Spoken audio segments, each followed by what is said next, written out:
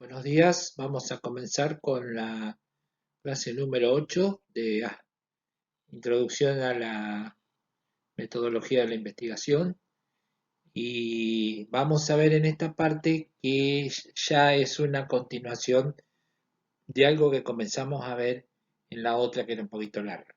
Son los aspectos éticos y legales en investigación. O sea, lo que tenemos que conocer legalmente para poder hacer una investigación. En salud, ¿no? ¿Se entiende?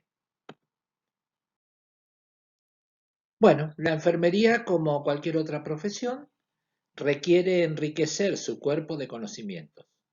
Busca la fuente científica de su hacer profesional, pero además busca fundamentar su práctica clínica, por lo que sin duda recurre a la investigación sistematizada. Bueno, los profesionales en general, pero en mayor frecuencia los que pertenecen al área de salud, optan por elegir seres humanos como objeto de estudio, situación que hace indispensable el uso de lineamientos para la protección de la persona en cuanto a dignidad, derechos y bienestar. Existen documentos desde la época medieval en donde ya figura una percepción sobre los posibles daños a los individuos. Es importante destacar el Código de Hammurabi y el juramento hipocrático, que han sido significativos a lo largo de la historia. Aunque bueno, son a veces palabras nada más. Por otro lado, existen los principios bioéticos que, independientemente del sistema de valores, es decir, religiosos, éticos o culturales, son aplicados a la generalidad en la bioética. La teoría de los principios tuvo su inicio en el libro Principios de ética biomédica de los filósofos Tom Beauchamp y James Childress y se basa en 4 principios. Bueno, por otro lado, existen los principios bioéticos que, independientemente del sistema de valores, es decir, religiosos, éticos o culturales, son aplicados a la generalidad en la bioética. La teoría de los principios tuvo su inicio en el libro Principios de ética biomédica de los filósofos Tom Beauchamp y James Childress y se basa en 4 principios. Autonomía. Y esto creo que se los dije el año pasado y esto le tiene que servir para toda su vida profesional. Autonomía, o sea, los 4 principios, ¿no? Este principio nos pide ver a los individuos como agentes con la capacidad de tomar sus propias decisiones cuando cuenten con la información necesaria sobre los procedimientos a los que se les va a someter, su propósito y sus posibles riesgos y beneficios, así como las alternativas que tienen.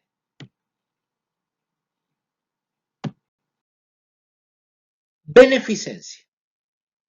Las investigaciones desarrolladas tienen siempre que tener el propósito de beneficiar a los participantes o a los futuros pacientes. No maleficencia. Minimizar los posibles daños a los participantes en las investigaciones o a los pacientes.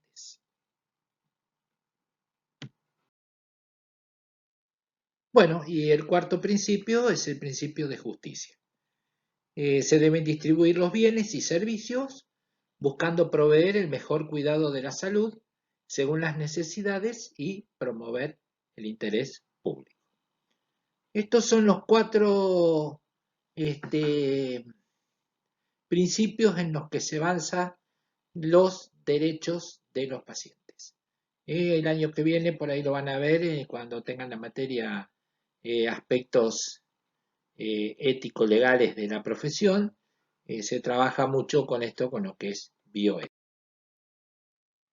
Estos principios fueron propuestos por la teoría del principialismo y se formalizaron como una manera de tomar decisiones en los Estados Unidos a partir de un documento conocido como el Informe de Belmont, creado por la Comisión Nacional para la Protección de los Sujetos Humanos de Investigación Biomédica y del Comportamiento el 18 de abril de 1979. Fíjense que no datan de mucho tiempo, ¿eh? La mayoría de los autores sitúan como hitos, puntos básicos en la historia de la ética en investigación el Código de Nuremberg y la Declaración de Helsinki y el mencionado informe Bell. Considerando la aplicación de los principios generales de conducta estimados en el informe de Belmont, toda investigación en salud, incluida enfermería, debe cumplir los siguientes requisitos ético-legales generales. El primero, respeto a la persona. Nosotros debemos brindar seguridad. La investigación se llevará a cabo si existen garantías de la no exposición a riesgos físicos o morales desproporcionados, un consentimiento informado y comités de ética de investigación. Yo solamente por ahí los voy a nombrar algunas cosas porque son un poquito después largas en detallar lo que es un comité de ética de investigación o el consentimiento informado. Segundo, idoneidad de los protocolos, o sea, obtención de datos que se desconocen. Tercero, coste humano del experimento, o sea, lo que cuesta. Alcanzar resultados con el menor número posible de personas, pero con validez estadística. No voy a ver a 2 o 3 personas nada más. O sea, debe ser un grupo seleccionado y bueno. Coste económico del estudio, aplicabilidad práctica, auditoría en el trabajo de enfermería, que sea de fácil ejecución y tomar medidas para incidir en circunstancias negativas, necesidad de estimular el ingenio. En el ámbito de la investigación para la profesión de enfermería existe el código deontológico, que acuérdense que lo nombramos en la otra clase, por eso la otra clase era un poquito larga porque tenía también todas estas cosas, que nos dice que los pacientes tienen derecho a la confidencialidad y a la intimidad que han de ser garantizadas no solo por las leyes, sino también por el secreto profesional. En el campo de la salud se crearon códigos y normas específicos para diferentes profesiones y organismos, de tal manera que existe una gran variedad de aportes por grupos de psicólogos, sociólogos, médicos, enfermeras y organismos como la Organización Panamericana de la Salud, Organización Mundial de la Salud, la UNESCO, las Naciones Unidas, así como grupos determinados que realizan cierto tipo de investigación en áreas específicas del conocimiento.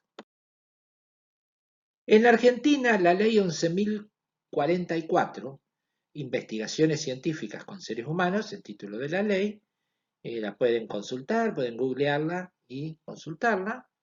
Se han establecido los lineamientos y principios a los cuales deberá someterse la investigación científica y tecnológica destinada al área de la salud. De tal manera, en el título segundo de Aspectos éticos de la investigación en seres humanos, se establece que en toda investigación donde el ser humano sea sujeto de estudio, deberá prevalecer el criterio de respeto a su dignidad y la protección de sus derechos y bienestar. También establece que se considera como riesgo de la investigación a la probabilidad de que el sujeto de investigación sufra algún daño como consecuencia inmediata o tardía del estudio. Para efectos de este reglamento, clasifica a las investigaciones en las siguientes categorías. La ley, Artículo 6.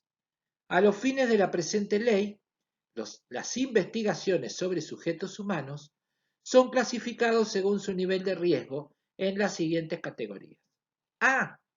Investigaciones sin riesgo, entendiéndose como tales a los estudios analíticos que utilicen expedientes e información referidas a experiencias previas de los sujetos de estudio, las que podrían ser conducidas por profesionales de salud sin facultad para tratar personas.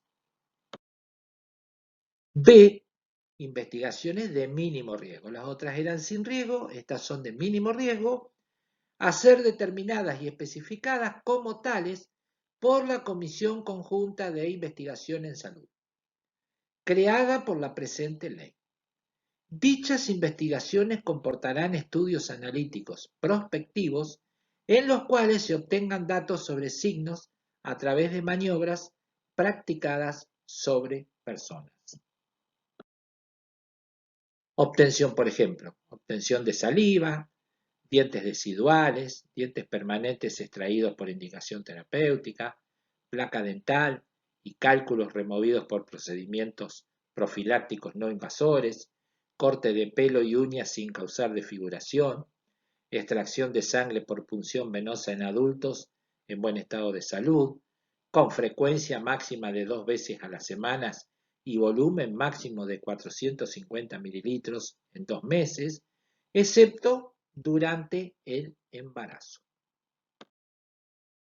Ejercicio moderado en voluntarios sanos, pruebas psicológicas a individuos o grupos en los que no se manipulará la conducta del sujeto, investigación con medicamentos de uso común, amplio margen terapéutico, autorizados para su venta, empleando las indicaciones, dosis y vías de administración establecidas y que no sean los medicamentos de investigación que se definen en el artículo 65 de este reglamento, entre otros. Y,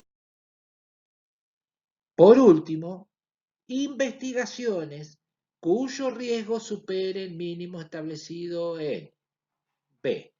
Tales como estudios prospectivos en los cuales se obtengan datos sobre los signos a través de procedimientos en los que se considere que exceden el mínimo riesgo, y los estudios experimentales previstos en el título 3 de la presente ley. Estas son aquellas en que las probabilidades de afectar al sujeto son significativas, entre las que se consideran, por ejemplo, estudios radiológicos y con microondas, ensayos con los medicamentos y modalidades que se definen en el artículo 65 de este reglamento, ensayos con nuevos dispositivos, estudios que incluyan procedimientos quirúrgicos, extracción de sangre 2% del volumen circulante en neonatos, amniocéntesis y otras técnicas invasoras o procedimientos mayores, los que empleen métodos aleatorios de asignación a esquemas terapéuticos y los que tengan control con placebos, entre otros. Bueno, yo acá les puse un link de acceso a la ley 11.044. Los que quieran y tengan ganas pueden ver, es interesante. Está interesante, cosas que por ahí no son muy difundidas, pero que es importante saberlos al momento que uno quiera hacer investigación. Bueno, como siempre, el trabajo práctico para las dos comisiones lo mismo.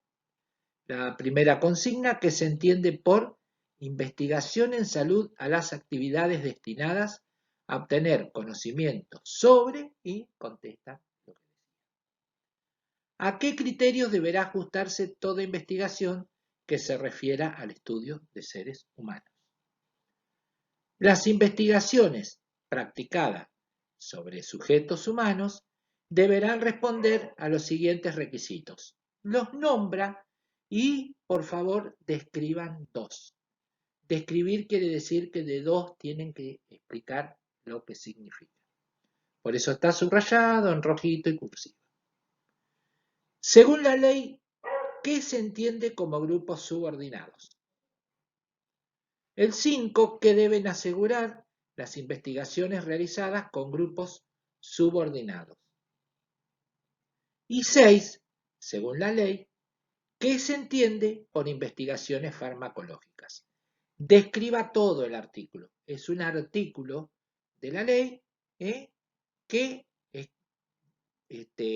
describe lo que son las investigaciones farmacológicas, entonces ustedes tienen que describir todo el artículo.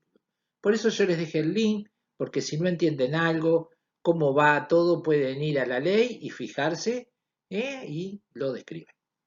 Bueno, muchas gracias y como siempre, lo que necesiten, consultas, todo lo que necesiten, no tengan reparo en hacerlas. Gracias por su atención.